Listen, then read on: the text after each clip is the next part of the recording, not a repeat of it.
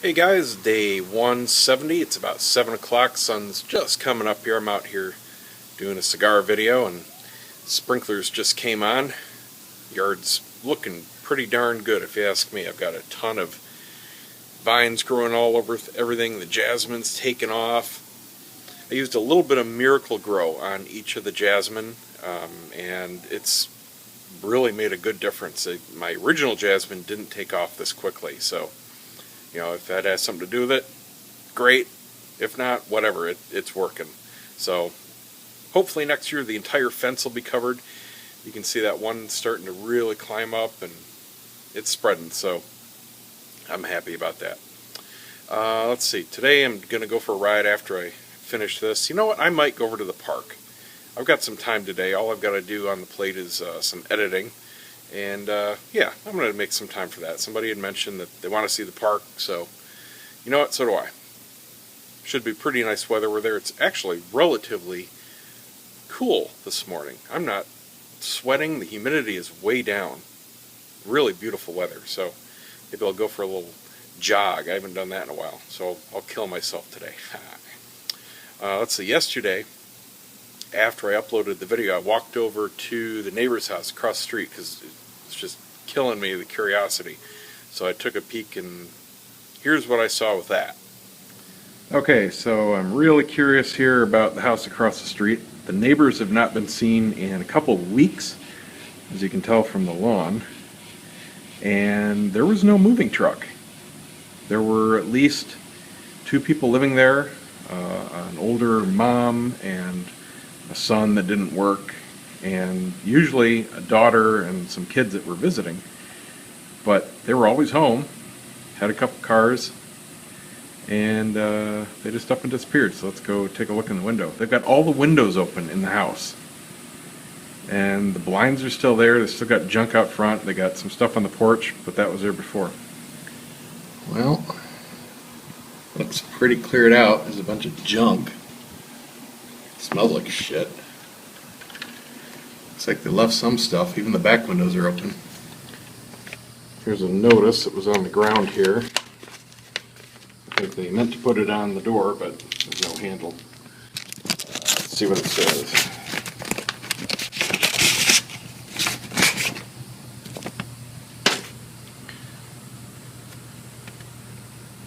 Please call. I am guessing they walked away from a foreclosure. And then I also did a little behind the scenes, just showing you the setup and what I was doing yesterday for that commercial shoot. So here's that. I figured I'd give you guys a little behind the scenes here. This is my day job. I had a client just leave, and I'm shooting this on Thursday, so you're going to see it on Friday because excuse me, I already uploaded Thursday's video. But anyway, this was a client that came over with some sculptures. Got something in my throat. Anyway, they were about 4 feet tall, so they came up about yay high. And here are some stills from the shoot, so you can see what kind of stuff I was dealing with. It's metal with big wood bases, and he needed these to sell them. So he needed them for a website and an art listing going in a gallery. So he just wanted a basic white background, and I just put little clamps on the side of the backdrop there to smooth out any of the big wrinkles after I placed down the pieces. And they were heavy. They were like 50 pounds each. Anyway, pretty simple lighting setup. I have two large soft boxes, and they're staggered. And they're staggered for a reason.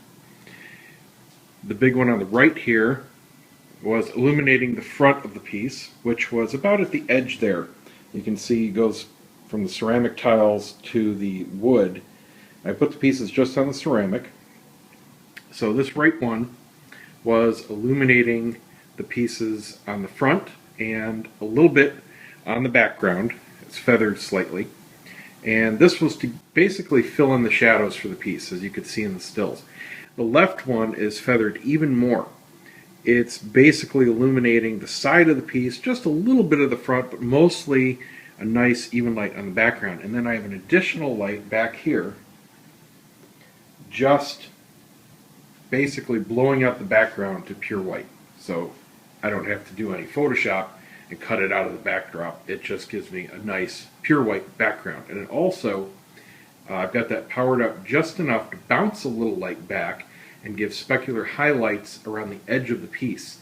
And you could see that effect here in this marionette sculpture, where you can see the left line where it crosses dark areas, it's lit up, and that's from that back bounce light. So it gives me all the contrast I need in the piece. And that's all I needed.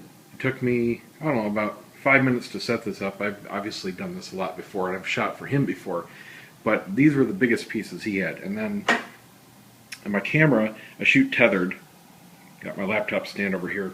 I shoot tethered to Lightroom with that USB cable down there, so I can see everything on the big monitor and turn it over to him and say, hey, you know, does this pose look pretty good?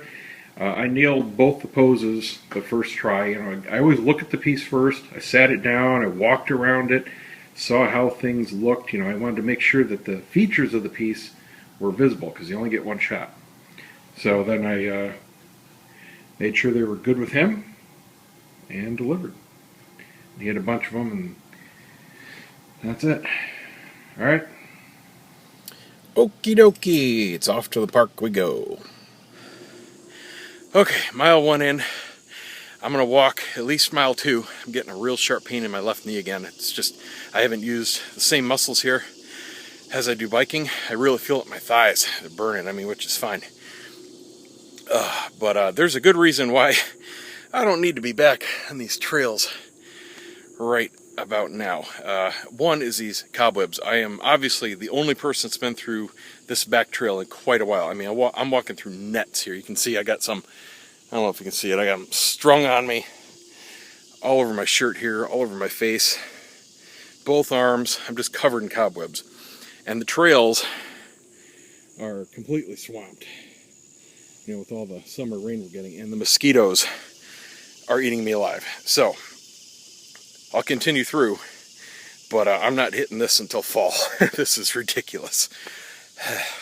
Well, I spoke too soon. The rest of this trail is underwater, and there is no way to go around. So I get to turn back.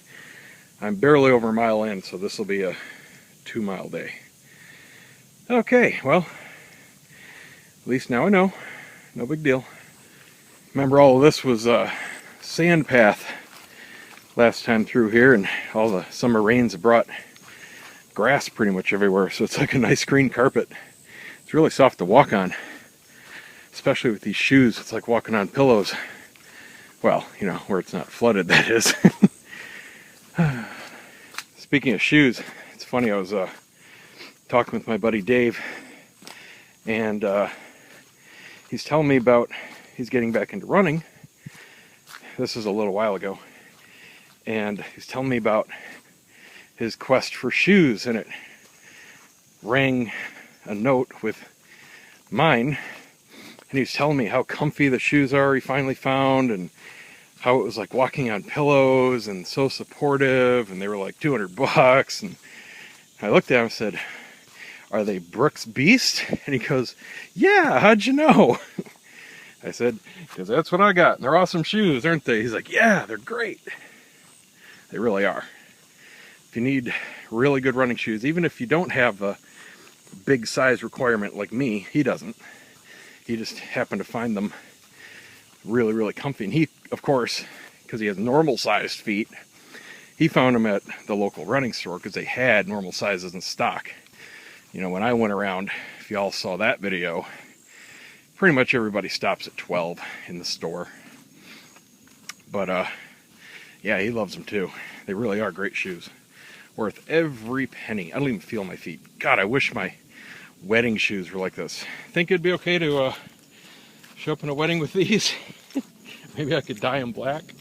That'd be really cool. Okay, I am done.